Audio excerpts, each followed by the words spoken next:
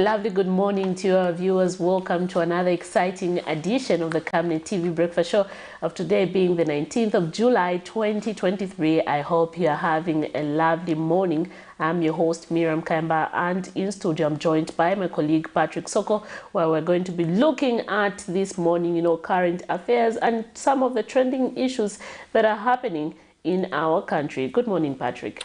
Good morning, Miriam. How is it going so far? You sound so low. What's wrong? Like good. My stand was removed from the street yesterday. Your stand? Yes. When I knock off, I do some bending. But you were guaranteed by government that you'll be given a trading place in one of these markets. But I assured you that there's over 4,000 free space in the market. Man is in the street. But people follow you in the market. I thought you wanted to know why I wasn't energetic. Yeah. But that's why I'm not energetic. No, but trust me, you will be, because government has put in, good measures that you'll be happy with at the end of the day. Trust me. But is that what we voted for? No, trust me. This is the positivity that you need. Trust me. It might look very bad, but for you, trust me, you will come to appreciate about that. That is what is going through in our country. That is what is happening, because if you see, we had a lot of developments pertaining to the issue of street vending, and a lot of concerns have emerged. I was just trying to illustrate a point that those in the street feel it is a lost opportunity, a loss of revenue, and they don't know what is the next course of action. And we did have the Ministry of Local Government and Rural Development Permanent Secretary Technical Services, Mr. Nicholas Perry, during our main news last evening, was clarifying various issues, and that there is actually markets for where these traders can trade from. But we'll continue to explore this story to just make sure that all the nitty-gritties are followed to the latter. What are the issues being raised after that undertaking? How sustainable is this process? And on this program, this is what we are discussing today. Remember that the Wednesday edition of the Camnet Breakfast Show is themed governance, policy, and politics. And today we'll be discussing this issue pertaining to street vending. What is your take on government's move to remove street vendors in the central business district of Lusaka? It is not new. We have been through this journey before, but again, we've seen that we have been doing the same things over and over again. So now we'll be asking you, our dear viewers, to give us your perspective on this topic of discussion, and we'll be joined by our guest who is going to help us unpack this issue pertaining to street vending. But to just get started with on the Camnet Breakfast Show this morning, we have to start with the health corner with Dr. Nakubiana Mufaya. Keep it on Camnet.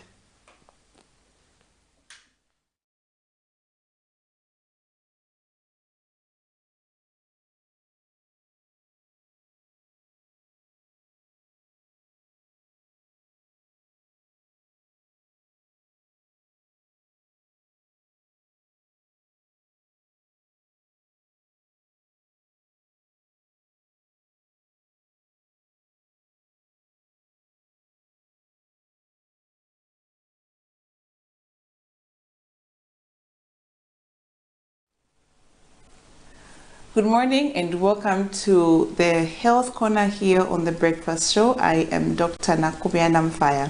So this week we are talking about anxiety disorder, and yesterday we talked about some of the types of anxiety disorder. We say that there is what we call generalized anxiety disorder, then there is also panic attack and social anxiety disorder, and also specific disorders. So today we'll talk about some of the signs and symptoms of anxiety disorders. Now, before we talk about some of the signs and symptoms, let me just briefly talk about the causes. People who have anxiety disorder, usually it's caused by probably being in a situation where they were traumatized by a certain experience. So it could stem from trauma, So if someone has an experience where they were traumatized in a social situation, and they were so embarrassed and they couldn't cope, or the response was so overwhelming for them, then they might develop social phobia, for example. Somebody who was traumatized because maybe they encountered a snake, they might have phobia to animals. And so these are phobias that can develop due to a certain trauma that occurred in a person's life. The other cause is that it might be genetic, for example. So if somebody would maybe developed a certain predisposition to have low self-esteem or depression, they might also have a tendency to have anxiety in certain situations. So they might have generalized anxiety, where they feel anxious for different things, and they can't ride in a bus, they can't go out, they can't do certain normal things that people would normally do. They're afraid of being married, they're afraid of having children, they're afraid of owning a dog. So those are generalized anxieties, and these people would not only have one specific a fear or a phobia, but they would have a number of things that would affect them. So they could possibly have inherited a gene that could have caused them to have such behaviors. Then the other thing is alcohol abuse, drug abuse, caffeine can also predispose people to having anxiety disorders. Some of these drinks that we are taking, the alcohol, can actually lead to having anxiety disorders. So those are some of the causes of anxiety disorders, and usually the brain would produce hormones, or the body would produce certain chemicals that would overwhelm the body itself and overwhelm the person, and so that is how come they have this exaggerated fear towards certain objects or certain situations. Now, coming to the symptoms. So with generalized anxiety disorder, people with generalized anxiety disorder would have symptoms of being restless, symptoms of fear, symptoms of fatigue. So they would have fatigue, they would be restless, they would have difficulties sleeping, difficulties concentrating, and these symptoms would come about because they are having a lot of anxious thoughts, and they're having a lot of thoughts that maybe something would go wrong, and the fear is so overwhelming that they might even fail to function on a day-to-day basis. And usually these symptoms would have to be there for at least 6 months. So they come, they go, they come and go, and they come on most days in a week. So it's not every day. Maybe sometimes the person is just calm and they're okay, but maybe they are exposed to a situation and they have these fears. They have all these feelings of being restless, feelings of being losing control in those situations. So if those symptoms continue for about 6 months, then we would say that the person has generalized anxiety disorder. Then when it comes to panic attack, a person would usually experience symptoms of sweating. So they would have this, they'll start sweating so much, they have palpitations, their heart feels like it's racing, and they just can't focus in that at that point. So it's usually because of a specific a situation. Maybe they're about to write an exam, or they're about to travel, or they're about to deliver a speech, and they become very anxious, so they start panicking. So they would have sometimes they might even have headache, they would have chest pain, abdominal pain, nausea, they might even develop diarrhea. So those are some of the symptoms that people with a panic attack would have. And these panic attacks can sometimes mimic a heart attack. So some patients would even think they are experiencing a heart attack because maybe they're having chest pain and they're having all these palpitations. But when you go to the hospital, they would most likely test you to see if you had any cardiac or heart problem, but there would be nothing. And the only way we can, the only thing that would make sense is that the person was having a panic attack in that situation. So those are some of the symptoms of people who would have a generalized anxiety disorder and even panic attacks. For specific phobias and social anxiety disorder, they would have the similar kind of symptoms where their heart is racing, they are restless, and they're sweating, and maybe feeling like they're losing control, out of control, and in those situations, so depending on the type of phobia it is, they would experience these symptoms. Depending on whether it's a social phobia or phobia for animals, they would experience those symptoms. So that is how you can differentiate generalized anxiety disorder from panic attack and also specific phobias. The other thing with generalized anxiety disorder, it would be there for about 6 months, while for panic attacks, it's usually in certain situations or certain social events or situations where a person has to write an exam or deliver a speech. With social phobia, it would be people who are about to attend an event, a wedding, a function, a party, and they become so afraid of meeting people or afraid of being embarrassed or being ridiculed in those situations.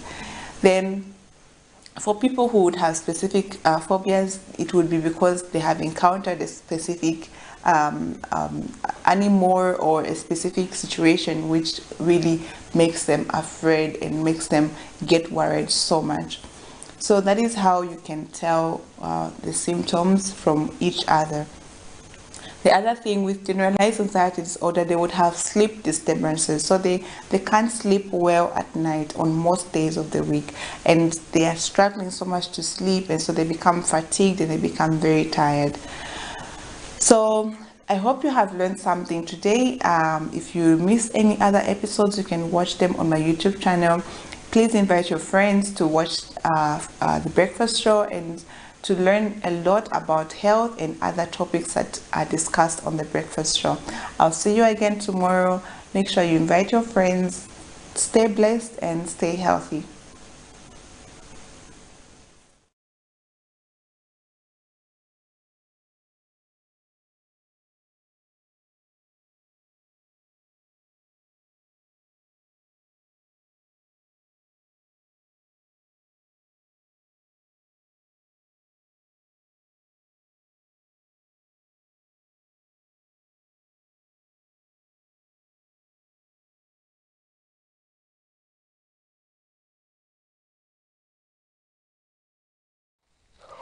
Well, there you have it. That was Dr. Nakubiana Mufaya giving us the health corner there.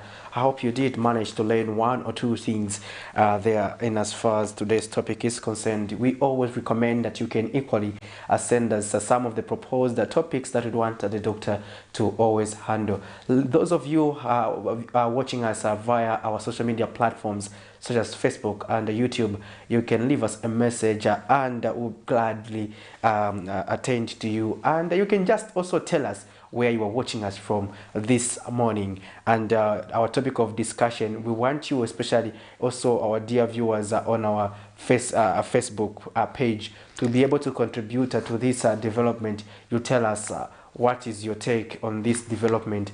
How is this decision timely or untimely, in the voice of Miriam Kaimba. Now, we want to get your views pertaining to this topic of discussion that we'll be looking at. So the phone calls will be opened instantly as we want to get more of the views from you, our dear listeners, and we want to make sure wherever you are, you give us your opinion, because it is important in shaping the decisions that the government is making. So we want to know what are you suggesting? Those of you, for example, who have been affected, for example, have you been able to get your merchandise? And those of you who are also been affected, have you been able to be given another stand? So those are some of the things we are looking at. So before we do that, we have to look at our next segment, which is the money market, so that we get to understand today how the kwacha is performing against other major convertibles. So as of the 19th of July 2023, 0710 update. One US dollar is buying at 18 kwacha 81 ngwe and selling at 19 kwacha 180 ngwe. The Great British Pound is buying at 24 kwacha 60 ngwe and selling at 25 kwacha 09 ngwe. 1 euro is buying at 21 kwacha 13 ngwe and selling at 21 kwacha 54 ngwe. The South African rand is buying at 1 kwacha 05 ngwe and selling at 1 kwacha 07 ngwe. So those are your money market as per financial institution that we monitor. They do vary from one bureau de change to the other, from one bank to the other, but for the financial institution that we monitor, that's how the rates are looking like. So those of you who want to exchange money, who want to trade, you are trading at those rates. Exactly, quite interesting. We can see that on the selling part, the dollar is already at 19. Yeah, that's not good. We are going to start keeping dollars these days. Yeah, exactly. Anyway, just a reminder to our viewers that we have now officially opened our phone lines. Please do call us in and participate on our topic of discussion this morning. And those watching us live on Facebook, you can also take part by sending us your messages. We will be able to read them through. Now, zooming in some of the stories that we saw yesterday in our main news is coming from, the elephant in the room, Patrick Soko, about street vending. We did see one of our reporters, Afias, on the ground yesterday, covering a story where authorities in Lusaka removed street vendors from the central business district in what is seen as a move to bring sanity in the city. Anyway, let's get direct into playing that story. They have moved unless they come to tell me that the cleanliness they have seen elsewhere is as a result of accident. This is National Union of Public and Private Educators of Zambia, NUPE's executive president, Victor Muyumba, about a week ago, expressing concern over the garbage situation in Lusaka's Central Business District, CBD. The garbage situation is mainly attributed to street vendors who are accused of dumping waste indiscriminately. And government Tuesday morning swung into action, removing the vendors from the streets. The vendors reached town to a shock as they were greeted by an unfamiliar sight of heavy police presence with their makeshift structures powered or displaced. President Hakainde Hichilema in January of 2022 halted a similar exercise, directing the Ministry of Local Government and Rural Development not to remove the street vendors from undesignated trading places until further consultations were held. The aggrieved vendors later stormed the Lusaka City Council LCC offices, demanding audience with Minister of Local Government and Rural Development Gary Nkombo, claiming there are no alternative trading spaces in town.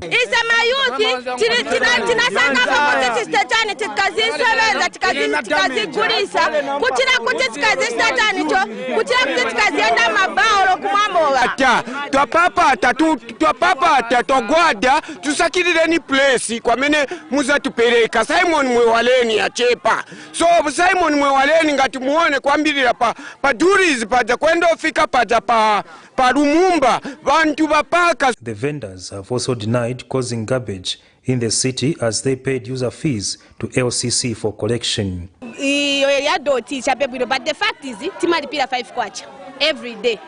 Then if I can't so many baja ndio mai kana bantu patu mapevers baja maona ka most of the time bakanso bamene baja sibayola babisi so chabe. Leveled with the concerns of the vendors, Minister of Local Government and Rural Development Permanent Secretary Technical Services Nicholas Piri says the move comes after wider consultations. Even associations of street vendors and traders themselves did agree that the issue of law and order in the trading spaces had reached alarming levels, which was a threat to public health and public safety. Mr. Piri has also denied the assertion that there are no alternative trading spaces for the vendors in markets, adding that the illegality has to come to an end. If today you went through town, you actually have some feel of fresh air. The roads have been decongested, and a lot more space has been, released. So we can only appeal to the marketeers to go back to those spaces that have been designated to them, and in an event that they don't have trading space, then they can approach the council, and the council will be able to designate their trading spaces. Several attempts to remove the vendors from the streets in the past have been short-lived, owing to political nature of the matter, as the affected champion the cost of living, among other concerns that seemingly push government to reverse its stance. This is therefore the first test for the New Dawn administration to bring sanity to the city, and only time will tell if it will hold. For Camnet TV News, I am Kaptula Afias in Lusaka. Quite interesting views yesterday. We also saw, vendors storming the Lusaka City Council offices and accusing government of removing them without prior notice and alternative trading places. Quite interesting, but we did see Ministry of Local Government and Rural Development Permanent Secretary for Technical Services, Nicholas Piri, explaining that, there was consultation before government took up this step and the traders were engaged. And we did also hear that they did an analysis to ascertain the number of street vendors vis-a-vis the available trading spaces in markets in Lusaka, and that they discovered that there are enough trading spaces within markets in Lusaka where people can be taken to. Over 4,000 spaces, empty spaces in the markets. So, and then you are talking about a number of, is it less than 2,000, less than 3,000 street vendors. So I'm sure they'll be able, there's enough space there. But anyway, we did see Mr. Piri, alluding to the fact that in an event that these vendors do not find space, okay, they should come back to the council, register, and council immediately is going to look for an alternative place where they can trade from. Exactly. So, and we did also have these another interesting stories pertaining to the same topic, which were some bus drivers in Lusaka operating from Kulima Tower, Set Market and Lumumba bus stations have called on the government to consider constructing special bus stations that will accommodate all buses. Some drivers who are agitated by government's decision to impound several buses which were found parked outside Kulima Tower station Tuesday morning explained that the bus stations are full to capacity. They have demanded for an update from the Minister of Local Government and Rural Development, Gary Nkombo, on the progress made to construct other bus stations. So let's also look at this other story. According to the Road Traffic Amendment Act of 2022, public vehicle contravening is an offense. Local Government and Rural Development Minister Gary Nkombo is on record on Tuesday, 5th April 2022, having directed bus drivers who are operating from Freedom Way to desist from doing so. Mr. Nkombo warned that anyone found contravening would be arrested by the police and be taken to court. In his inspection, the local government minister assured of finding a lasting solution to ensure all bus drivers are accommodated. But after 475 days, some drivers whose identity has been withheld operating from Kulima Tower, Lumumba and City Market bus stations have called on the local authority to construct more bus stations as opposed to banning contravening without a solution. Mabasi yanapaka soma nga mabasi stations empty na City Market, Lumumba, Kulima Tower tukatenga n'abajama basenzera mu road kuti yapabwera mabasi stations space singapani ko mapeta washitako develop kunganya bus stations kafunga bus stations at least yapakatu katipa balusaka masele yakafunika cause mabasi unaona like maruti ya kuma chest ni garden sibapanga kwa kulevi kuja yalonga mabasi kwa unasaka space panya bus public space bakazironga baenda then ku downtown space iliko kuja pakeje station baenda bacheketi ma stations ina nda City Market ni uzula Kulima Tower ni uzula Lumumba ni izi tiri mu tonga ma 3 trips njia paka mpaka 3 trips mpaka bwela zongo bonga tumati bapaka je static for shanting ila chape azo wasipaka mabasi wa shanting akonga na malai mene wakawenkuti wasida ukungena ma stations here. Meanwhile, Road Transport and Safety Agency Acting Head Public Relations Mukela Mangolwa says the agency is only focusing on restoring safety in the Central Business District in line with its mandate. Mr. Mangolwa says the agency is legally discharging its mandate to restore sanity, hence what happens to the bus drivers, the local government are the ones to provide a way forward. If you're going to load on the road and block the roadway, that is an offense according to the Road Traffic Act. So it is our responsibility to take steps and correct that. And that is what the operation we've embarked on today is aimed at doing, bring sanity back to the CBD, because what has been prevailing is an inconvenience. But when reached for a comment, Local Government and Rural Development Permanent Secretary in charge of Technical Services, Nicholas Piri, had this to say. Also, in this case, Lusaka City Council is also doing their bit. And we want to sustain this until there's law and order in the CBD. Let me also hasten to mention that even the level of safety to road users had been compromised, because you had some roads that had been completely taken over by either the illegal, the buses contravening the parking rules, or indeed the people trading on the routes constructed at a very high cost to provide safe passage of vehicles. So this is a joint operation that we hope to sustain until we restore law and order in the CBD and the country as at large. Nelson Zulu for Camnet News, Lusaka.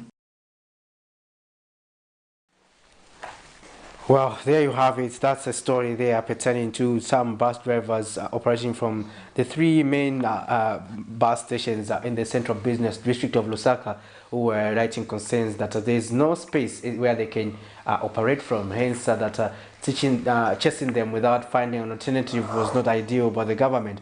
But however, the law enforcers are suggesting that this move was necessary in order to restore sanity in the Central Business District, because the vehicles were contravening, and we saw the mushrooming of illegal activities where everywhere you go along the stretches were turned into bus stations, something that is unprogressive, and that has been undermining those who operate from the designated bus stations. So I think we should be able to see a lot of sanity, because I understand that some of the bus stations like the one owned by Flash buses are usually empty. Flash, yeah. So you if you see so those even Mumbai, so you can still utilize those bus stations. And also the PS, I think, did allude to the fact during the breakfast, the news when we were talking to him, that there is an aspect of probably identifying places that can be turned into bus stations. Yes. And also working with the private sector to see what can be developed. Nowadays we are working with constructions using steel.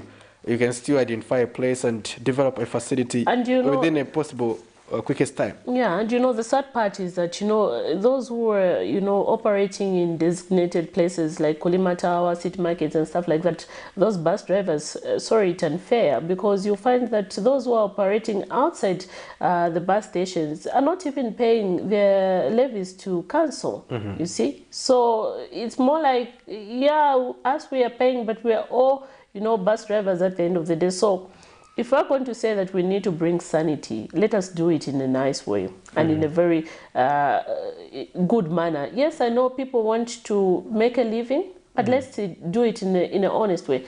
At the end of the day, again, Patrick, we are trying to create employment. Okay, so if Lusaka City Council is not getting enough revenue, how are they going to pay workers? These are the concerns again. So why should we have people operating outside and not paying money to council? But for me, I see it as an opportunity. For example, under the Lusaka's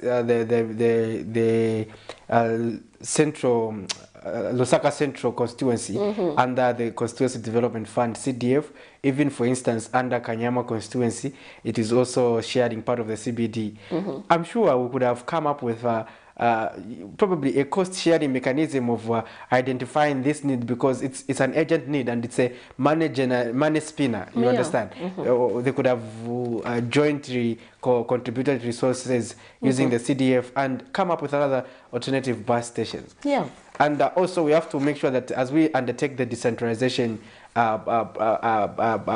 program, we also see how we can make sure that these services are available in communities, like where other routes can be undertaken within their localities, as opposed to coming to the CBD. That would also go a long way in easing congestion.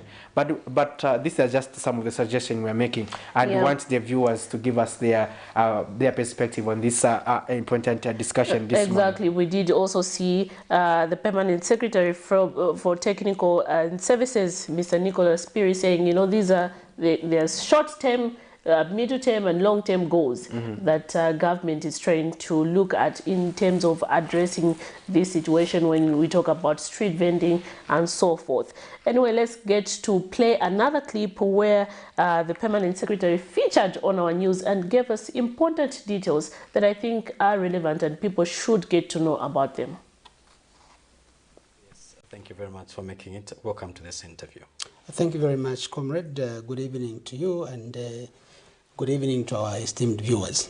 What we want to hear from you, PS, when going for this operation, did you warn the vendors, and were there any alternatives given to these vendors before the operation? Yeah, so thank you very much. You may wish to know that this operation started sometime last year. And what we did last year was to take a full inventory of the people trading on the street, as well as the available spaces for people to trade in. The second thing we did last year was to engage with the various associations of public transport operators to explore the alternatives. And we had several meetings at the ministry. Now, arising from those two engagements, we discovered that we have about 4,415 vendors on the street, and we have a database, full database for that. Coincidentally, or surprisingly, or interestingly, whereas we have 4,415 vendors on the street, we have 4,981 empty spaces in about 32 markets dotted around Lusaka. Which means that if we took everyone back to the markets, there will actually be a surplus of minus 300-400 spaces, still unoccupied and no vendor on the street. But not only did we do that, we also engaged with the bus operators to see how we could bring sanity to the CBD. And then earlier this year, about 3 months or so ago, you remember that the Minister of Local Government did announce that we were going to undertake an operation to remove people from the street. And we were directed and guided that we needed to do further consultations. And in that consultation, we spoke again with the people on the street through their associations and the individual traders. We engaged the church mother bodies. We engaged civil society. We engaged literally all the stakeholders. And the end product of that engagement and consultation was a clear aspiration by the people that they needed to, government needed to enforce the laws and regulations that relate to public health, that relate to trading, that relate to vending. And we have a lot of those laws already in the country. And so what you see today happen is not an abrupt thing. It is an operation that even colleagues that are trading on the street, the drivers driving on the street, are fully aware of, because we exhausted all the channels and platforms of engagement. What is the next step? You have explained that you have 4,900, over 4,900 empty spaces in various markets in Lusaka, and the vendors are only 4,400 and is it 15? 15, yes. What is the next step? How do you take these vendors to these markets now? So there are several things that are happening. Some are immediate measures, others will be medium term, others will be long term. Subject to time, I can explain. So in the immediate, what we are doing is that we are accommodating each and every vendor that comes and says, now I want to trade in a designated place, I want to get a council license to trade. Those will be automatically, without any question, be placed and given a stand to trade from. That operation or that undertaking is with immediate effect.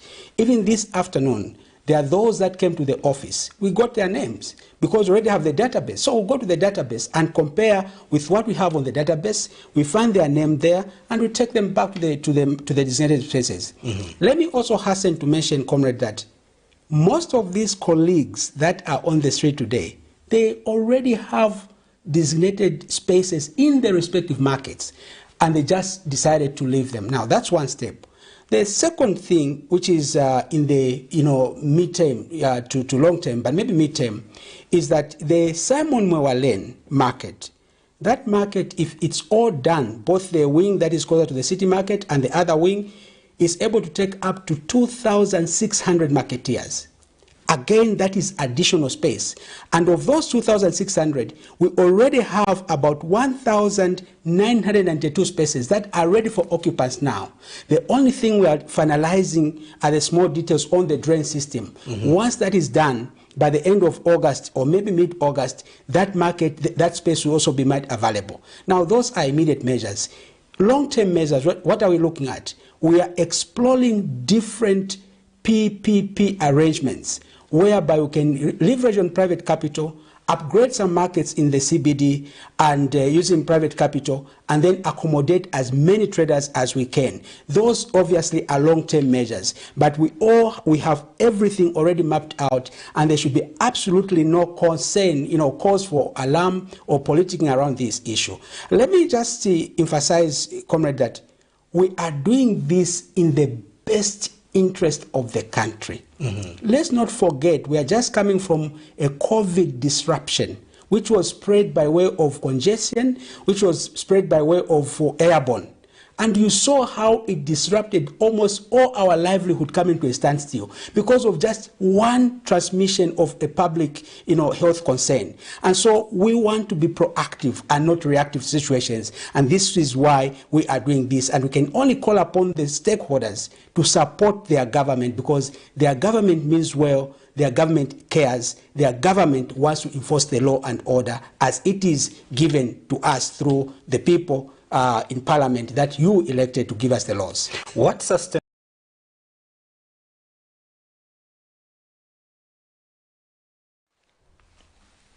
Quite interesting there, having the permanent secretary from local government technical services, Mr. Nicholas Piri, explaining how government, did a wide consultation, engaged various stakeholders to ensure that when they make this move of removing street vendors, consultation would have been made already, and other alternatives that they are making in order to, to address and see where these street vendors can be, can be put regarding, finding alternative trading spaces for them. Currently, we have heard that there are over 4,000 empty spaces in markets. Anyway, we hope that Patrick Soko, you who was complaining and saying that your day was not okay because your stand.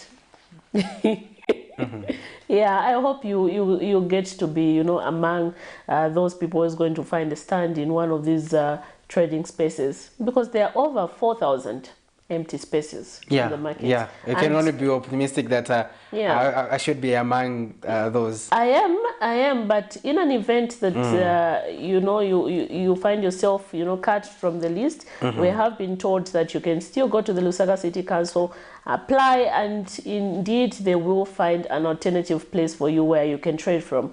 All they don't want is seeing you in the street, because we need to keep our city clean. We need to bring sanity in our city. And like we said last week, I think we had a discussion where we looked at various concerns, how our city has turned into something else. You'll find garbages everywhere. And the sad part, I don't know if I say the sad part or and it's like people have no care at all. Basically, I'll give you an example. Before we saw the removal of mobile booth, we did see that a lot of people, would turn this booth into toilets. Others, they were even sleeping there, Yeah. So it became a really concern, and we saw, the local government coming in and removing, mobile booths stands there in the CBD, and we hope that also there will be among those people who are going to be given alternative trading places where they can trade from, because we did see that a lot of people did venture into this business. Yeah, interesting. We also call this story a story of bravery, considering that this government has also tried to do what other governments have attempted and failed. But we wait to see whether they also fail or they will succeed. That's what I wanted to say. Like, should we start, saying it's bravery now, or we wait until we see maybe a month or two, we see if this is a permanent solution, or this is just a temporal thing? Because basically we have seen that other governments, the past government, would say, no, we're going to remove street vendors. And then at the end of the day, when it's near the elections, we saw, this decision being halted and people not coming forth to address this thing. Yes, this has been a political matter, because it is highly politicized. In all sense, if you look at all angles, it is highly politicized, in that those who want to take over office or power always tend to politicize this issue. And it has not been an easy undertaking, because you see those who are affected always also seek sympathy to say, no, how are we going to survive in the wake of the high cost of living? And a lot of concerns do emerge. Yes. Now, the opposition political party leaders now capitalize on that and say, no, you see, this is a non-caring government, and we've seen what they have done, and they have chased you away from the streets. What is next for you? You voted for them yourselves, and today they are chasing you. So it becomes a very high contentious political matter, Miriam, at the end of the day. So, but however, in the midst of a lot of issues that have been advanced, for instance, issues pertaining to sanitation, because most trading places there had not even, for example, designated toilets to be able to undertake these important aspects. So now, if we were going to continuously be on that trajectory, we're going to be in a very predicament position. And I think we do have a caller. Let's just get this call. Hello, you are through to the program. Hello, good morning. I think we should have Athias on the line. Do we have Athias on the line? We wanted to get an update, Miriam, on what is happening. We wanted to get an update from one of our reporters who is on the ground in the CPD, just to update us on what exactly is happening on the ground. Are we seeing a cleanup exercise, a continuous cleanup exercise? Hello? Yes, hello, morning. Good morning, Athias. Hi, Miriam. How are you? I'm okay, how are you? I'm fine. Please, we do understand that you are currently in the Central Business District at the moment. Just highlight us what is happening on the ground at the moment. Yeah, okay, right now, the access, Timber Road, and what is happening is the property who have been the police officers, the street vendors it seems that they are hoping that but the officers on the ground and Okay, so I think we seem to have a pretty bad line, Athias. We are unable to get you clearly. So we'll call I you think back. we'll call him back so that we get clear a better feedback. reception. Yeah. Yeah, so now Athias, I think, was trying to update us about what is happening in the CBD. From me, what I was just been able to pick was that there's heavy presence of police and that there are cleaning exercise going on in the Central Business District. But we hope to get a better reception later on so that it can give us a clear picture of what is really happening. Now, interesting enough, we also have people who are following us on our Facebook page, and I want to make sure I extend regards to Edward Musa Musenge, who says, keep up the good work. And Bright K. Mulele also says, good morning. And Marcos Mwenge says, my favorite channel. And we can only say thank you for watching, and keep it on Camnet TV, and let's keep interacting. Also, you can also do the same by writing a message for us on our Facebook page based on the topic that we have put there, and so that we can get interacting. We have Edward, as well as Bright, as well as Marcos, and who have been able to send us messages. We also have Albert Changwe, who says, good morning team. Albert, hope you are okay, and we are happy that you are also following us this morning. And let's pick this call.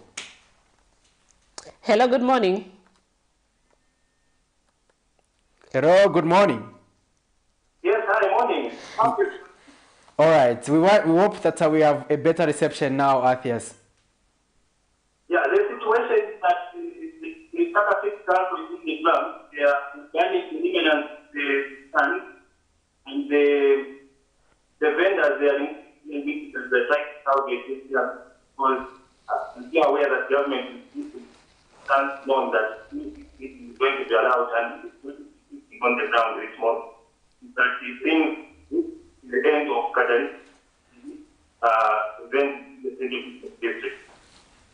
Okay, all right, interesting there. So now we'll keep on interacting with you as we progress on the program. Later on, we'll be joined by our guest also, who's going to also help us unpack this issue. Thank you very much, Athias, for that update.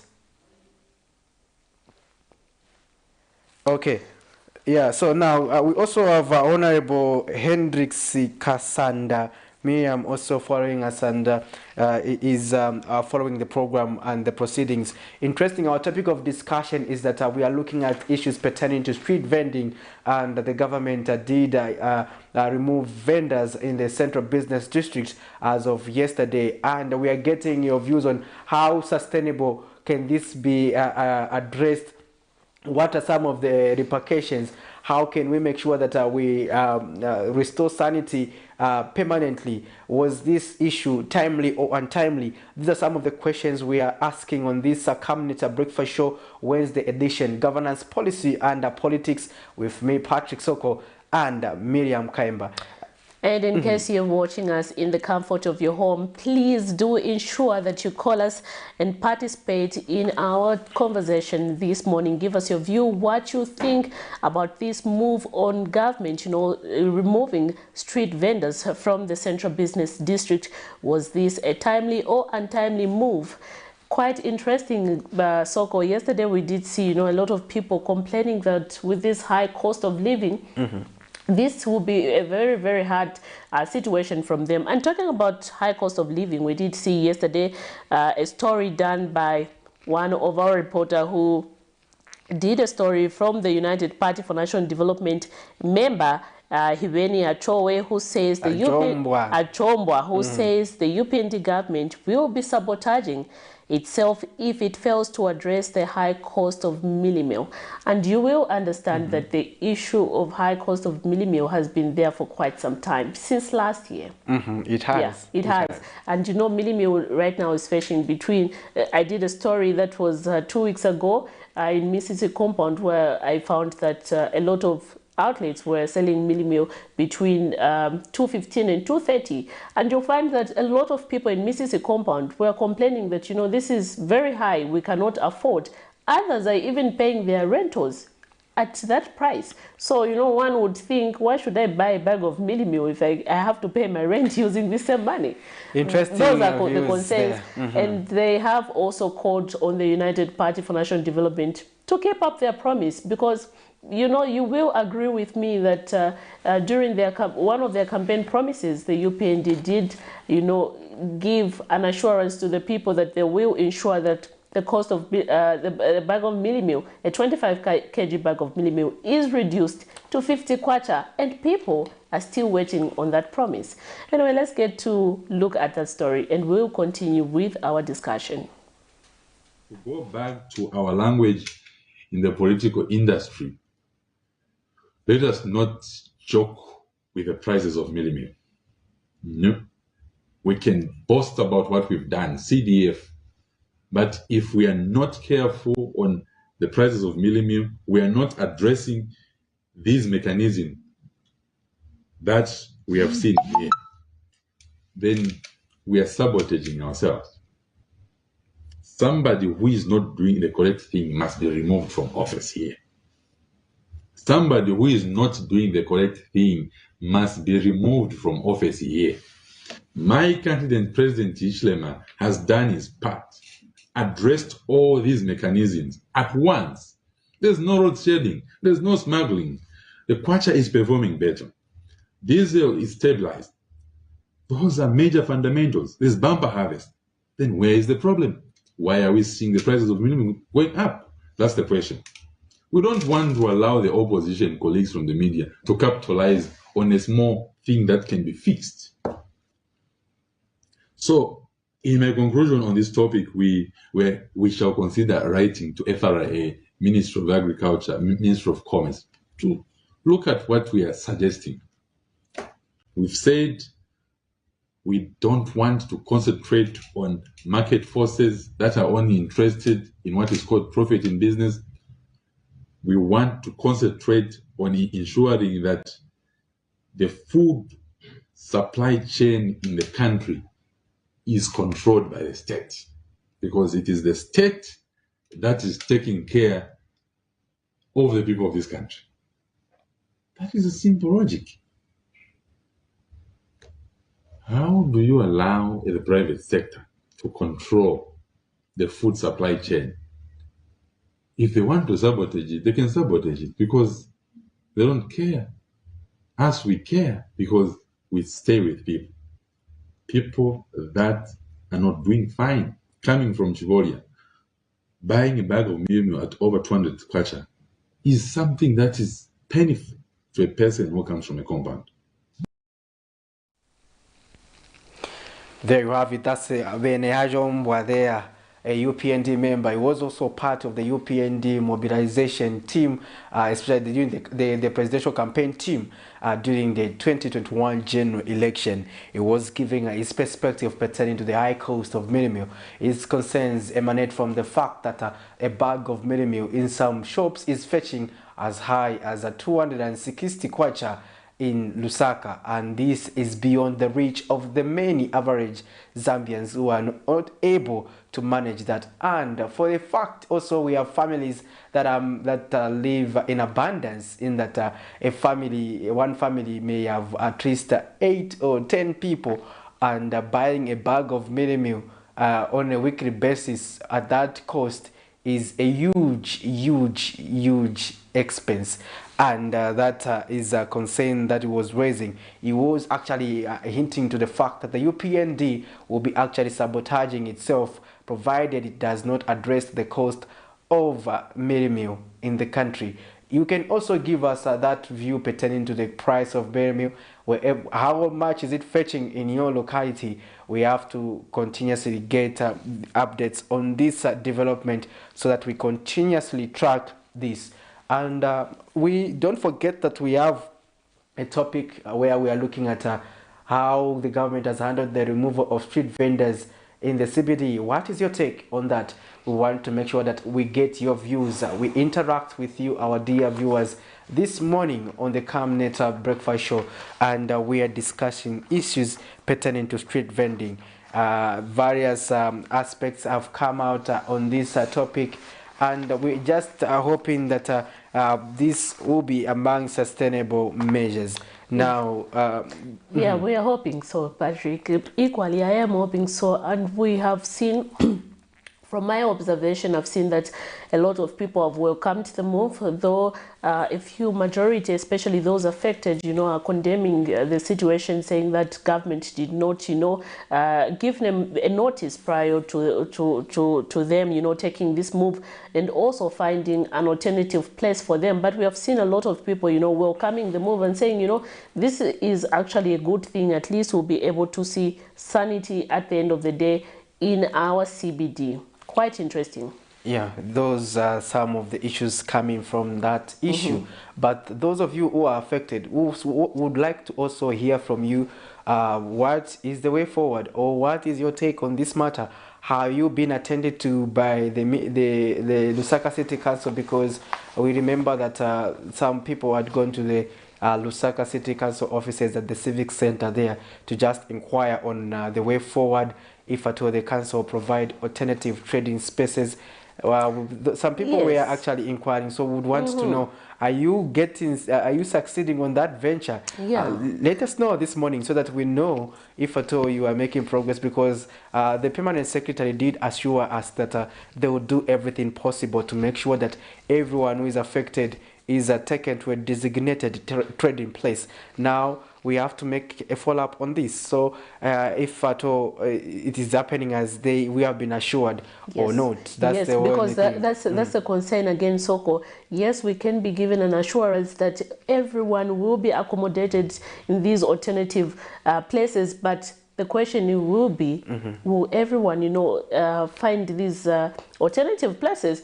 In an event they don't find, this is a situation where we're going to see people now going back to the street. And this is something that we don't want to see. But are you going to make a decision whether you call me Patrick or you call me Soko? Because I'm thinking we are the three of us on set.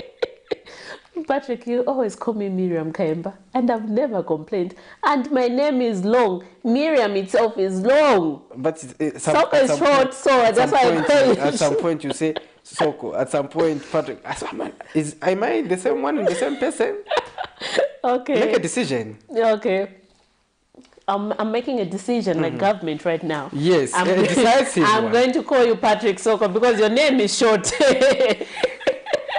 But anyway, in case you have just tuned in to the Camnet TV Breakfast Show, we are looking at whether the decision by government to chase street vendors from the Central Business District is timely or untimely. Give us your views, and those who have been affected by this move, please do call us in and give us your views. Hello, good morning.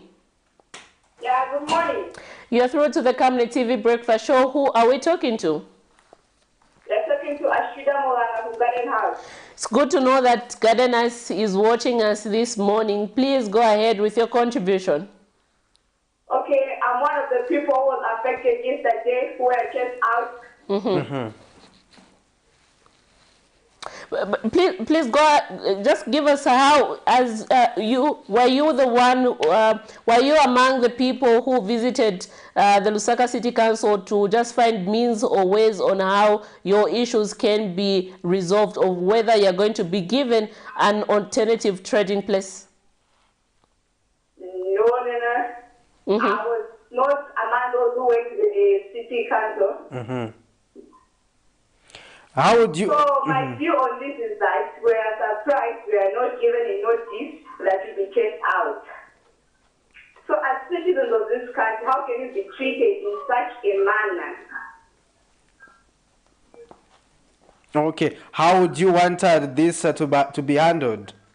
And what should be the way forward, Astrida? I think the way forward, they should look for places for us. As our leaders, they should take into consideration before chasing the people. They need to know where the place will go. Interesting. Thank you very much, Astrida, for your views, and they matter. At the end of the day, we want to make sure that everyone affected is attended to. Interesting views that was there. That was Astrida calling us from Garden House. Quite interesting views there. She is one of the affected people, and quite interesting. We heard, you know, from I don't know how these notice were being done, but we heard Soko from the permanent secretary there saying we did engage these people. We gave them a notice.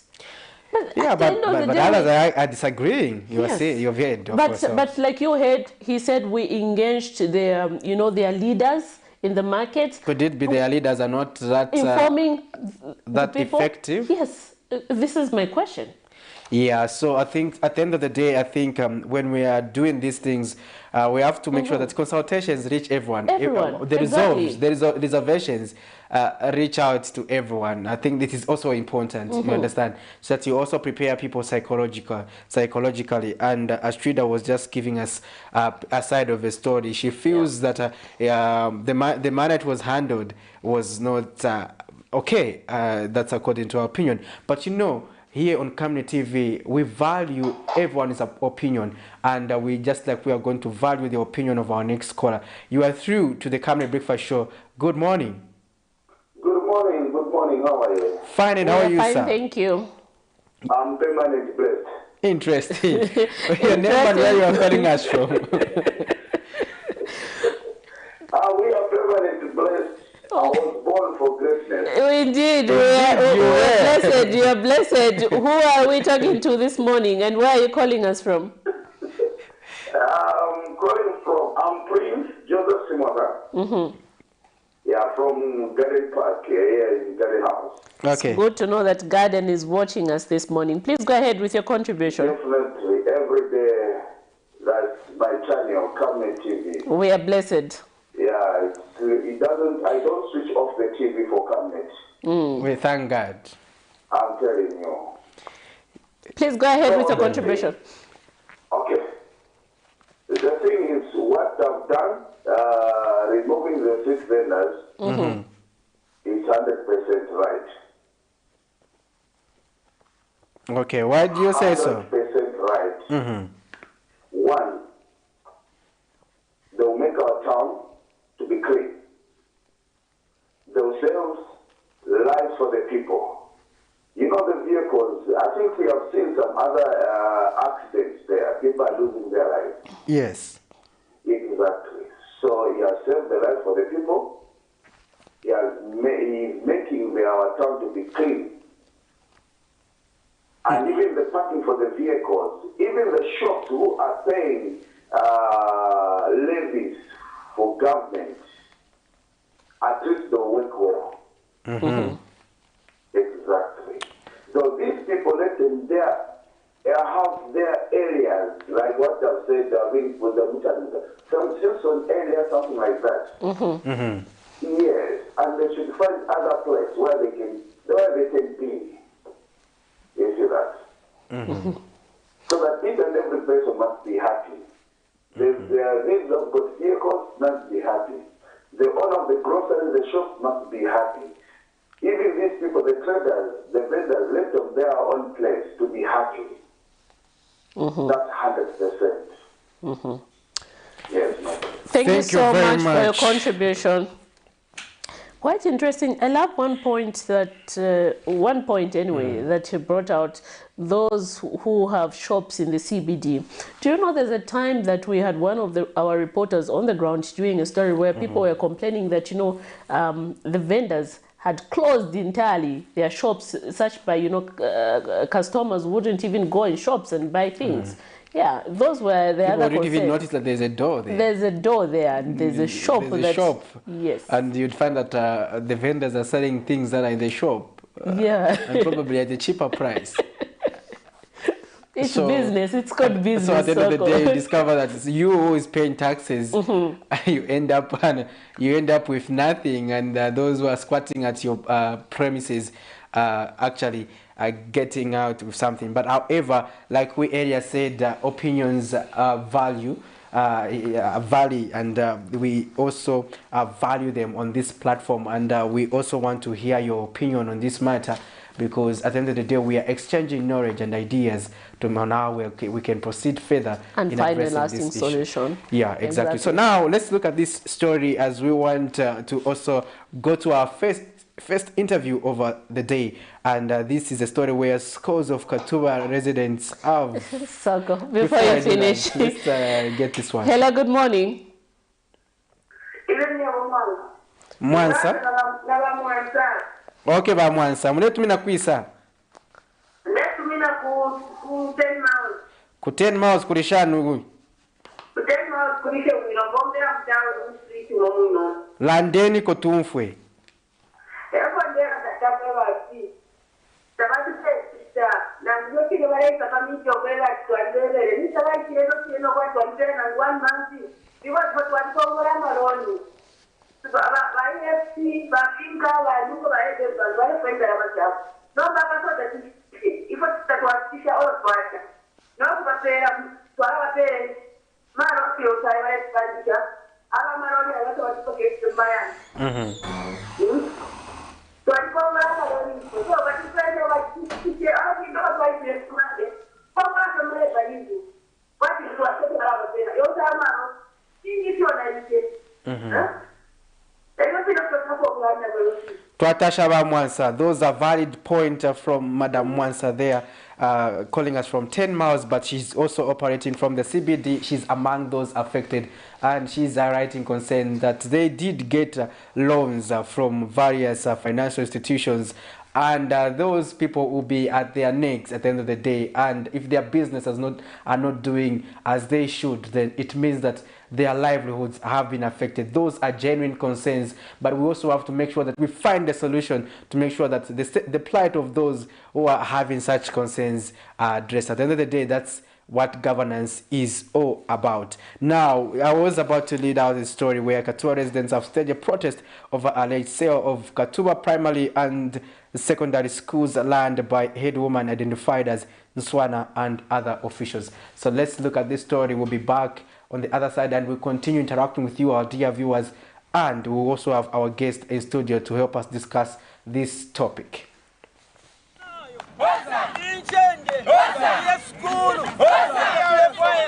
For generations, the land of Katuba has been the lifeblood of people, providing shelter and development. However, a wind of change has blown in, carrying with it the shadow of uncertainty and greed. A group of people alleging to be powerful are exploiting the land for richness, ignoring the cries of the locals who have tended it for centuries. Despite the government's agenda of free education, residents of Katuba are gripped with uncertainty on the education of their children, as head woman in Nswana and Chibombo Mayor Anthony Nyeleti are alleged to have sold land belonging to Katuba primary and secondary schools to a Rwandan national who is in a hurry to develop the land. The residents are questioning why the head woman brought a surveyor at 21 hours if truly the land in question is hers. The residents are also protesting why the 8th head woman has decided to sell the land which has been for the school since 1941.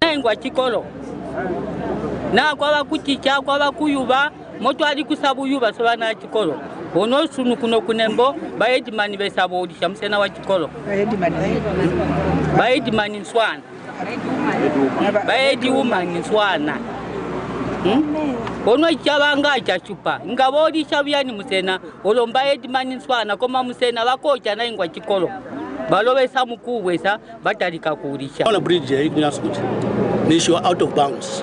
Even the other bridge you are out of bounds. Even the dam which beside Kunyansuko, you are out of bounds. And this road, even in Tango, this road wasn't there. Kuna njira pantango hapo. Yamna kupita na watu kwenda kwa meya kwa sawa what and what. It was part of the school. And I'm surprised to see that this place can be sold at Nipati we ever had money. Not that way. Because this place, ever since, it was meant for the school. Our community ilete kuinda hapa na mfura ya sura. So chikoro echi ability cha chikoro. Bandu na tuwachiteo msene. Bandu na bana number 8, bana number 8. Balo baswa na number 1 1941. anabamba namba 8 banamba 8 baroshi bakondebo. The Katuba residents are also appealing to the Ministry of Education and Lands to move in and help secure the land meant for the school. Ba area ino na bakansera bonse kufika na kuli wa president tifuna batitandize malwaya yasagulisiwe ni askuru tiyafuna isi rwanisha oswenka baboma kamuliko kamubwena akuwene kwamba ino bushukumbwe mkatupe kwamba CDF yaswa atumiyakira imu bloko atumiyakire clinic olete wa Mount Meru wakatupakale target ya kwamba watanda kutuyakira clinic hapa ono irakuya kwa kuli clinic yo a police post because. But when contacted for a comment, Chibombo Mayor Anthony Yeleti refuted the claims. The council and me, which I run the council myself, I have got nothing to do with traditional land. The only thing that we do when the parcel of land comes to the council, we are devised through the plans committee to say this can take off and this can't. Meanwhile, head woman in Swana is reported sick and refuted the land claims through a representative. School, yeah, just similar to school, because if a family, this is a part of school ya Katuba. Maon, this is a samalo aja kupasa. School ya Katuba, it's about 9 to 10 hectares. Malo ya school. And Katuba area member of parliament Mwabashike Nkulukusa is on record of engaging Chief Mungole in resolving such challenges. Nelson Zulu for Camnet News, Katuba. There you have it. That's a story there coming from Katuba constituency. Issues bordering on land are also an issue that we need to tackle as a country. But today we are not dwelling much on that. We are focusing on our issue which we are discussing pertaining to street vending. And interesting enough, in studio we've been joined by our guest who is Mr. Wax Miller. He is the Chief Executive Officer for Clean Cities Initiative. He's going to help us discuss this issue. Mr. Miller, welcome to the program. Thank you, Patrick. Good morning. We are glad to have you on set this morning. Thank you, Miriam. To begin our discussion this morning, was the chasing of street vendors by government timely or untimely? From our point of view, I would say it was timely. You see, we had reached the situation, the status where I think the situation had gotten out of hand. So as to whether it was timely or untimely, I think there was no specific time as to when the street vendors were supposed to be removed. Mm-hmm. Now, the thing is that this move as Clean Cities Initiative, how do you receive it? And do you think it is a sustainable undertaking? Yes and no. I'll answer it in two folds. In the first place, you see, we've been interacting with the Ministry of Law Government. We've been interacting with the Lusaka City Council for a long time. Mm-hmm. What it is we have a situation where you know Lusaka is kind of, in inverted commas, if you like, considered as the dirtiest city in the country, and primarily because we've got unprecedented migration to the urban, but again we also have the situation where we have the garbage issues. We've kind of engaged the public health department at the Lusaka City Council year in, year out. Mm-hmm. To try and find a solution to this challenge, but equally the council have also advanced their problems that they've got a few challenges, and one of them is that there's been a situation where you know they invest a lot of money in the collection of garbage, while the people that are kind of littering or dumping this garbage in the city are not those who contribute to the revenue basket. So therefore, they reach a point where you know the situation begin to collapse because they can no longer handle it. Okay, so in our case, to answer your question, it was well timely. I would put it with a full stop. It was well timely because beyond this, I think Lusaka City would have been considered as a kind of a city in the bush, okay, where in the jungle, if you like, where because everyone was kind of asking, do we have laws. Yes, the council, the local authority is empowered. They've got bylaws. But why is it that they were unable to enforce? That is a question that many people were asking. Or do we have a government? So these questions were kind of advanced from members of the public were advancing these questions. And you and I know for sure that we have this situation where most of the corporate, the so-called corporate, who most of them were headquartered in Lusaka or in Cairo, have kind of migrated to kind of residential areas. So now you have a situation where I don't believe that a city council would go to this company and say we are lobbying for corporate social responsibility to go and clean the CBD. It's kind of impossible because these guys are taking care of their areas. I mean, a good example is APSA. Okay, if you look at the APSA building that they've put up right now, if you look at Stanbic, if you look at Airtel, those places are well taken care of. They are clean and green. So what would kind of compel this company to start pouring in the basket for Lusaka City Council in order for them to go and clean the garbage that is being dumped or heaped by the vendors? No way. So because we're kind of losing the revenue, the council is kind of overwhelmed, and so without the funds, you expect that no really service delivery can satisfy the community. So we have a situation where every now and then you and I would always blame the council. Would probably extend our blame to the local government and say they are not doing anything. Sometimes internal matters, they cannot be discussed in public. They will not come out and say, oh, we don't have money, because what you and I see is that, oh, after all, they collect from the marketeers, they collect from the bus stations, they collect from other investment that they have. But that is not enough. Remember that out of whatever money that they collect, they employ it in service delivery, and not only in the area of what you call in the area of garbage collection. So therefore, it's incumbent upon the people of Zambia, the residents of Lusaka, to kind of be responsible in the way they handle their affairs in Lusaka. But I'll tell you, suffice to say that sometimes I look at the situation in a twofold. I look at the mindset.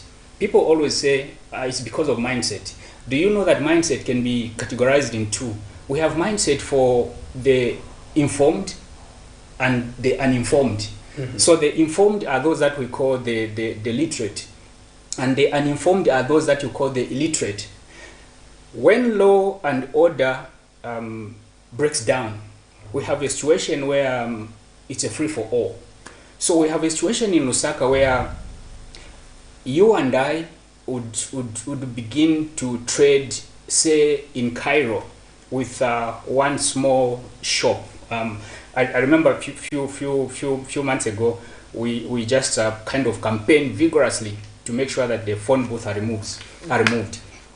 Now, you and I, you start up a small shop, so-called a phone booth, or a table to sell oranges, for instance, in Cairo.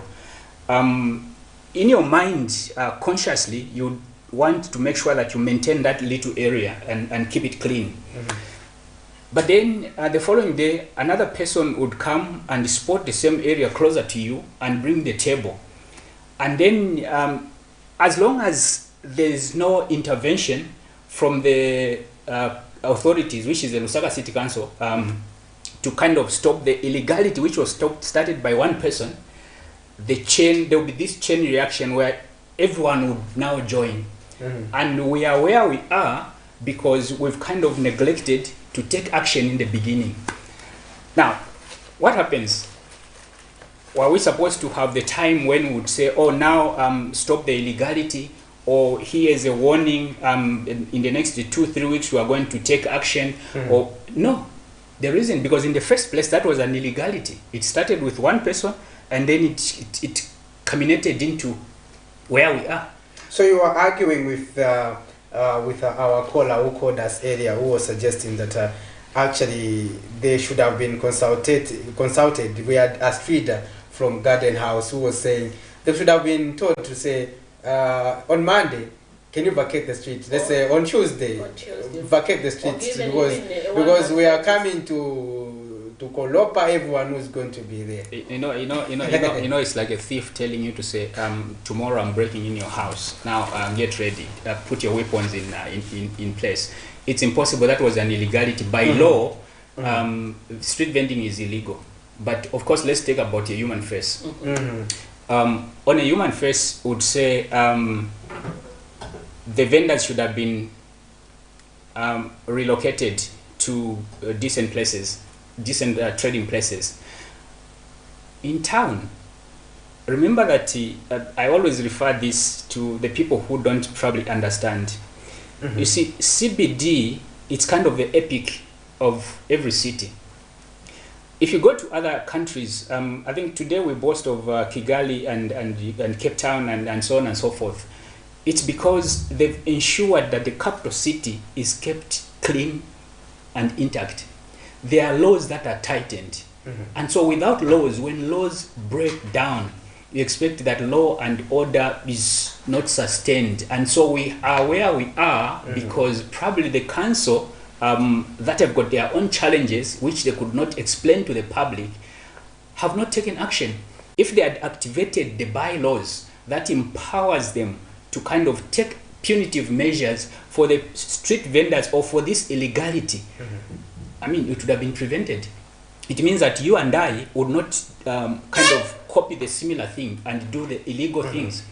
So the government or the Lusaka City Council didn't need to inform you that we are coming to raid your shops, we are coming to break the tables and so on and so forth. Because in the first place, when you are allocating yourselves these stands in the CBD, you did not consult the council because you knew it was an illegality.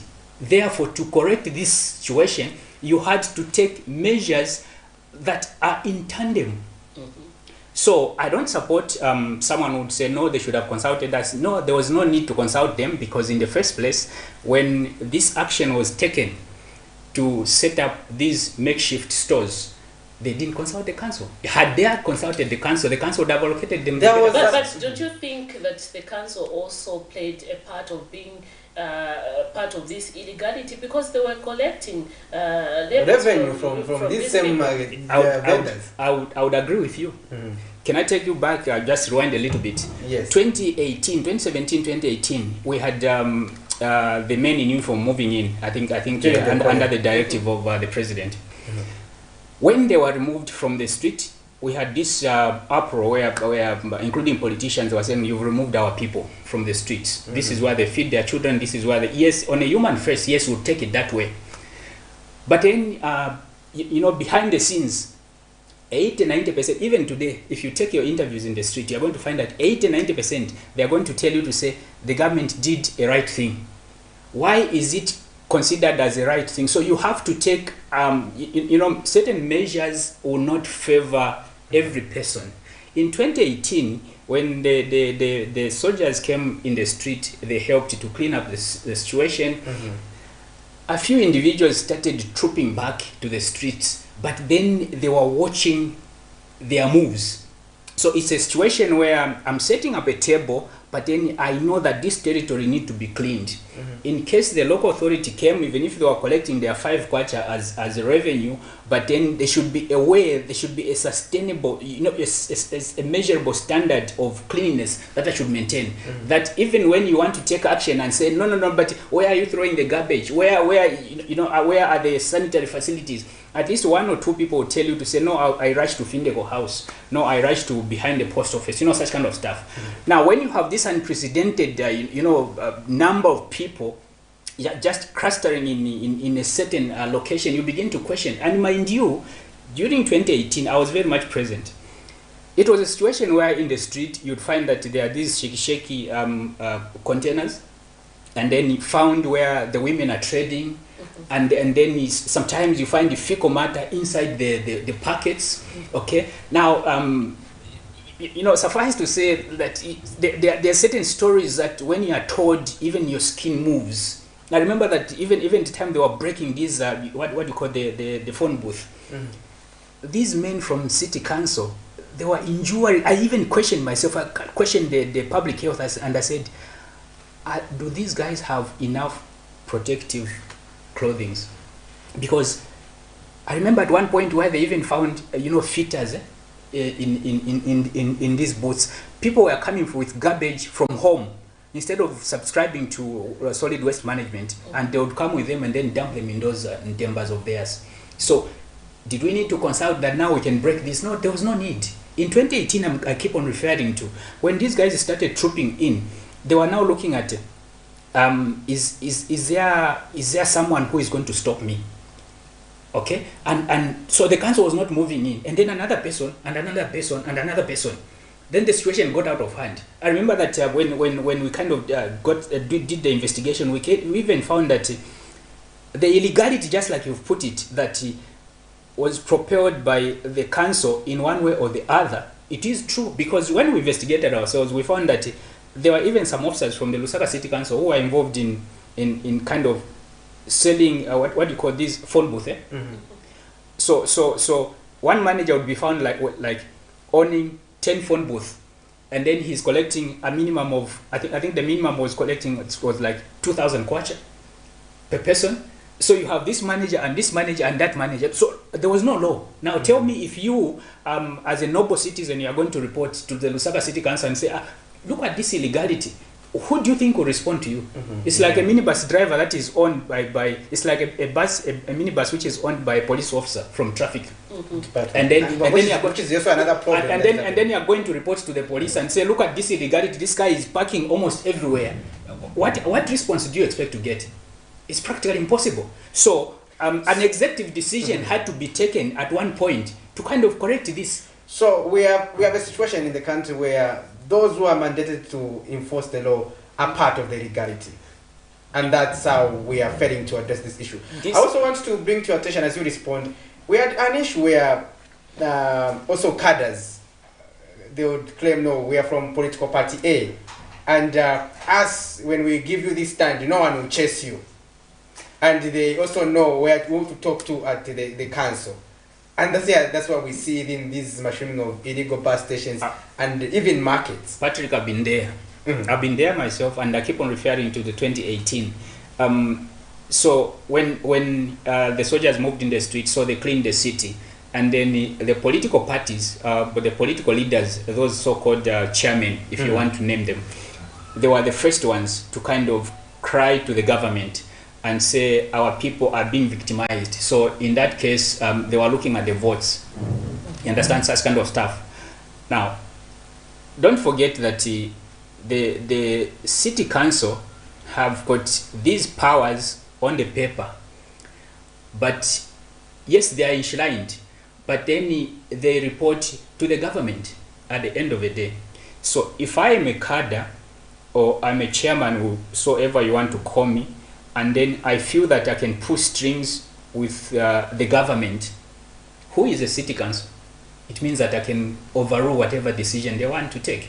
So I would give you a shop, and then I'll tell you you'll be trading here, and whoever comes, if someone comes from the local authority to victimize you, just tell them the chairman. And so he is a chairman. Now, I believe we are almost 2 years in the new dawn. And I remember that the president, on the first time that he was addressing the media, he said, I've abolished this kind of chairmanship and whatever, and I want the council to kind of collect enough revenues in order for them to sustain this cleanness or cleaning of a city. Fast forward, we are almost 2 years down the line. These illegalities have continued. I would not pinpoint to the politicians. Let's straight away address it to the council. What has made the council not to deliver the service to the satisfaction of the citizens of Lusaka or the citizens of Zambia? Sometimes it's mindset. So we might not say mindset is to do with the uninformed. There's also mindset to do with the informed. You and I know that by law, the council are supposed to have inspectors. Inspectors are like the advanced parties, or you'd call them like the undercover guys who go and collect information and know that at this point someone is committing an illegal act, it is the inspectors who are supposed to know that a pole has been bashed, okay, and this information should be trickled to the council for them to take action to go and remove that light. But if that information is not trickling, what is going to happen is that someone will steal that street light, and then in the event you have this blackout in the street. It is the inspectors who are supposed to say, oh, there's a building that has been built on top of the drainage, and then take the information to the authority. Was it 2020 or 2021 when then Mayor Mao Sampa recruited 200 police officers, and he said, I want to police the city. Where are those 200 officers? Now remember, because we had to see them for us. We had to see them even in the markets and bus stations. Now, a city should always be alive, and therefore we should always have the enforcers.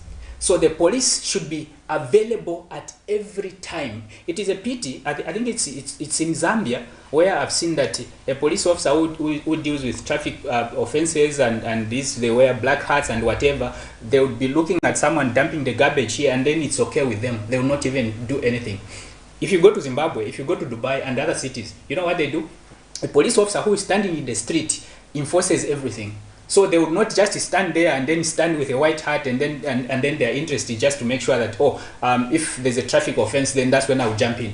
But kudos to the traffic officer. Even if to divert a little bit, I'll tell you that those are the guys who I see to be more present on their duty than the Lusaka City Council. Apart from their negative attributes. Thank you. So for me, if the Lusaka police were as aggressive as the people who are from the what you call the traffic department, I think the city would have been cleaned. Are you aware that Saturday and Sunday, the weekend, there's no policing of a city? No policing, totally. I'll give you a good example. 3 weeks ago, I picked up a friend from Dubai at the airport, and then we passed through Cairo Road. And then my intention was to book him at what hotel is Hilton in town. But then we changed the mind and we said, let's go to Sunday's Creation.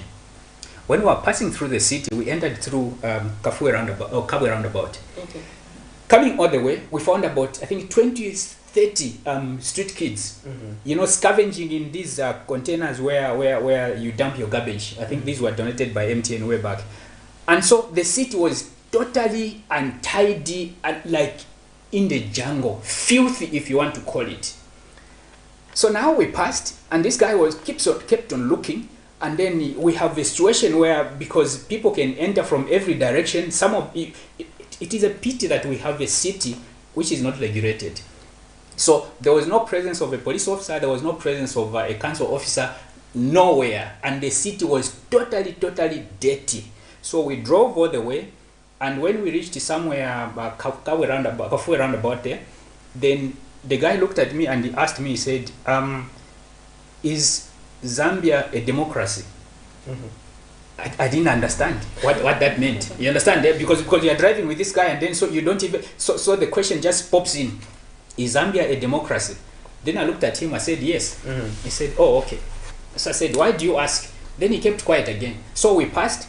And then when we reached, downtown, and then there are all these, people who look like scavengers by the sides, and then they come to the car, and then he says, "Am I safe?" I said, "You are safe. This is not South Africa. Zambia is the most peaceful country. These that you see, you might look at them like this. It's just the environment." So we proceed, and then we reach, I don't know, Baobab. Yes. So we approach, and then we go to Sunday's Creation, and oh my God, there's fresh air. You know what I'm saying? Okay, there's green, and I mean the environment looks like how I wish that was town center. You understand what I'm saying? And then this guy asked me a question again, and he says, "So is this part of Lusaka?"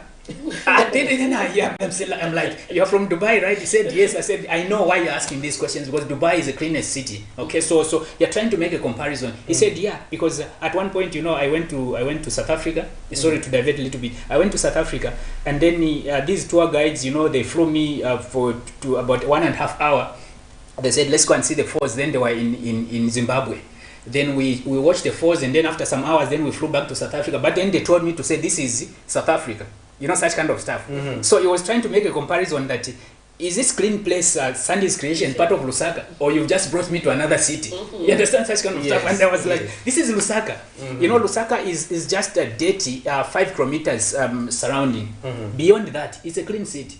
Now, fast forward, I'll tell you that, just rewind a little bit, I'll tell you that I was here advocating for a cleaner city prior to Zambia, Lusaka hosting the Democracy Summit.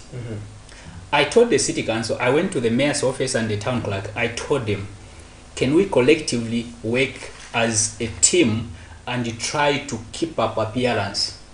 Where it is necessary, let's try to pick papers, let's try to patch the potholes, and let's just show. You know the reason?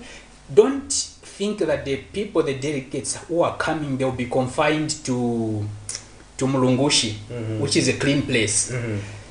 You see, the eye of the media that accompany these VIPs is never settled at one place.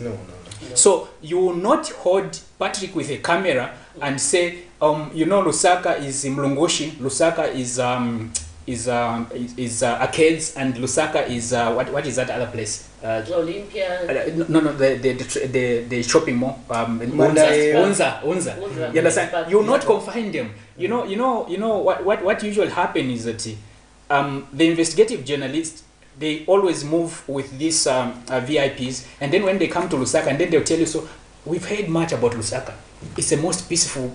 We've heard much about Zambia. It's a peaceful country, and then we are told that Lusaka is a capital city. Also, it's a capital city, and you know we have also been told, according to the world media, we've also been told to say the current president is a corporate, is from the corporate, okay, a businessman turned politician. So now, you know, in their mind, when they are doing investigation, they've got all that in mind.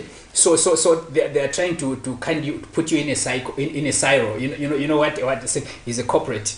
Okay, so it means that so we want to see how peaceful Zambia is. So now, instead of sticking themselves to the conference at Mulungushi, where they are covering U.S. Vice President, you know what they do? They sneak out in taxis, and then you find Al Jazeera and BBC, they are in Cairo Road. Where is the CBD for Lusaka? That's their interest, you understand? Now, when they go there, they get those stories, they package them, then you begin to see them on Focus, BBC Focus on Africa. Then you ask it to say, but isn't there a better place that this camera could have zoomed in?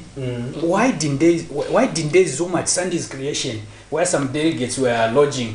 Why didn't they zoom at Mandahi and the case to show that this is a beauty? I was looking at African news. Then from there, why don't they sneak back to KK to this facility which was just recent commissioned? No.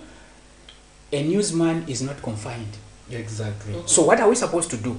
We're supposed to keep our city in tight position. Remember that this year, I think we've received quite a fair share of VIPs or VVIPs in Zambia.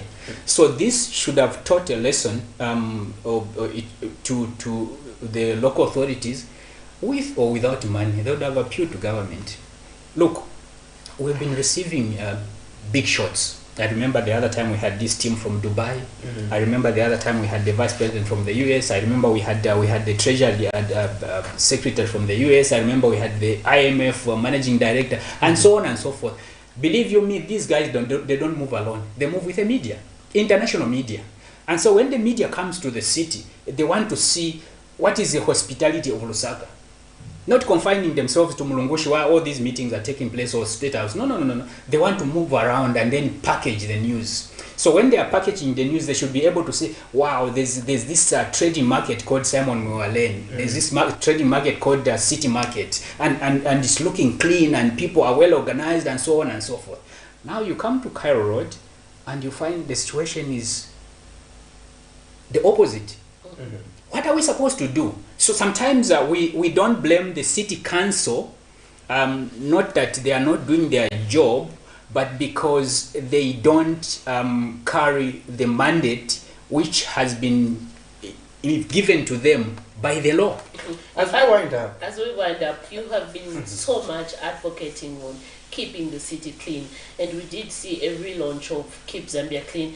Do you think with this move done by the government, we'll be able to see a clean city? And as you respond, I want you to add this as you conclude. We talked about street vendors, but there are also the others who remain in the streets, the street kids themselves, with their bottles for I don't know what they call it. Every moving up and about mostly from the post office. Well. Yes. Now, how do we also permanently address that? Because that is also another. Quickly, let me give you let me draw you to this. So to us, Clean Cities Initiative, basically we're not looking at garbage collection and removal of street vendors. We're looking at collectively how do you make a smart city. A smart city goes with infrastructure, goes with buildings should be cleaned. You walk in the corridors of Cairo today, you'll be shocked that even when the street vendors have been removed, there are these potholes. I think previously I've shared with you. You find the ceilings are falling. Okay, and then you ask this guy, why are you keeping your building like this? They'll tell you, why should I clean when there are vendors who are just encroaching in my space? So how do you expect me to clean? Now today the street vendors have been removed. So now, as Clean Cities Initiative, we are going back to report these guys and say, oh look, the corridors have got potholes. The frontage has not been landscaped. The building has not been painted. Lusaka City Council, you've got the bylaws, and you've clearly said that to trade in a CBD is quite expensive. It's different when you are trading in a third class or fourth class, if there's such kind of a thing, area, as compared to the CBD. That is a very expensive place because there are certain laws that you're supposed to abide. That's why you cannot allow the vendors to trade in those locations. Why? Because they might not meet the standards. They might not be able to pay the certain fees that apply to trading in a CBD. Therefore, we need to collectively move in and together with the stakeholders, the council should now be able to open up and say, how do we really clean the city now that post the vendor removal? Last time I told them, I said, now that you've removed the phone booth, there's debris that is everywhere. Go back and remove it. Okay, I think it has taken a lot of time. Okay, if you go in the city, you find these trenches, by cable trenches, I always call them cable trenches, by Liquid Telecom, by Zamtel, by Zesco, and so on and so forth. The leads have been stolen. They are open. They are a safety danger to the public. But then who is supposed to enforce the law? It is the city council collectively telling these, because they manage the city. Okay, they're supposed to tell the guys from the telecom industry and say, when you open the trench or when it is open, find something that can cover, and then that cover that can't be stolen or something like that. You understand what I'm saying? If you own a shop in Cairo Road, for instance, I can give you a good example. We spoke about the surfacing of Bank of Zambia, the frontage. I personally went to see one of the directors and I spoke about it. I think during these meetings that you call quarterly reports for Bank of Zambia. I spoke to administrators. 3 months down the line, that place was surfaced, and now it's the cleanest, and that should be the example that we can set for Cairo Road. But to the other side, there's this hotel that you call Premium Hotel. It's the dirtiest in town. The frontages, and now there are a lot of stakeholders, including the Minister of Tourism. That is a stakeholder. The council is a stakeholder. The entire frontage doesn't even meet the standard of a hotel. Why doesn't the council move in and say, if you don't meet these benchmarks, we'll close it? It is their responsibility. Do you wait for the president to go and force them to do that? No. They have the laws. They can enforce the laws. So this is where we are. Now, quickly, we are in the process of launching what we call Report for a Reward. Report for a Reward is where you and I see a lot of illegalities that are happening in the city. Okay.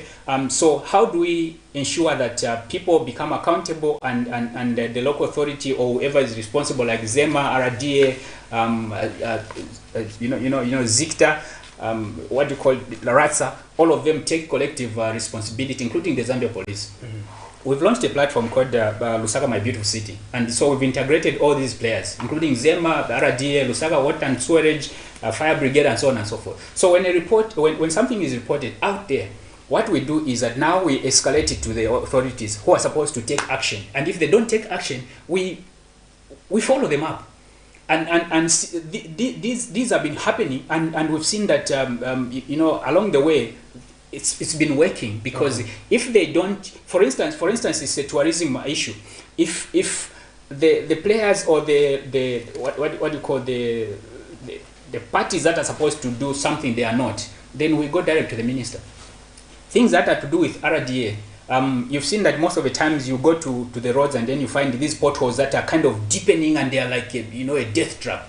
So we've always reported them. And then sometimes they'll tell you, no, it's an issue of the city council, or no, it's an issue of RDA. So at the end of the day, we have to find a bridging where we go to the Minister of Infrastructure and say, can you interpret this for us? So because the public want answers.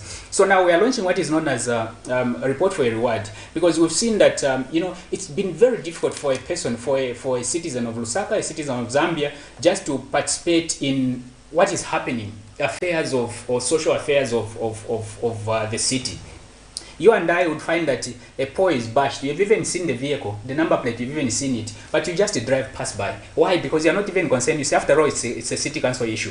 Now, when there are no traffic lights, you find that there are accidents and so on and so forth. Now, when you capture the number, or you get a video and share with us, and then we're going to make sure that we reward you. Now, that if we inculcate that kind of sense, you find that even in the compound, someone will be able to shoot a video or shoot a photo and say, oh, people are opening the bars at 06. You understand that? And when that message escalates, then we take it to the council, and then we make sure that the council follows up. Because if they don't follow up, then why are they getting salaries? I remember I was talking to the PS the other time. You don't have to remember further. Yeah. We'll sure create more time so that we can host you on another. It was quite a fruitful discussion. Thank you.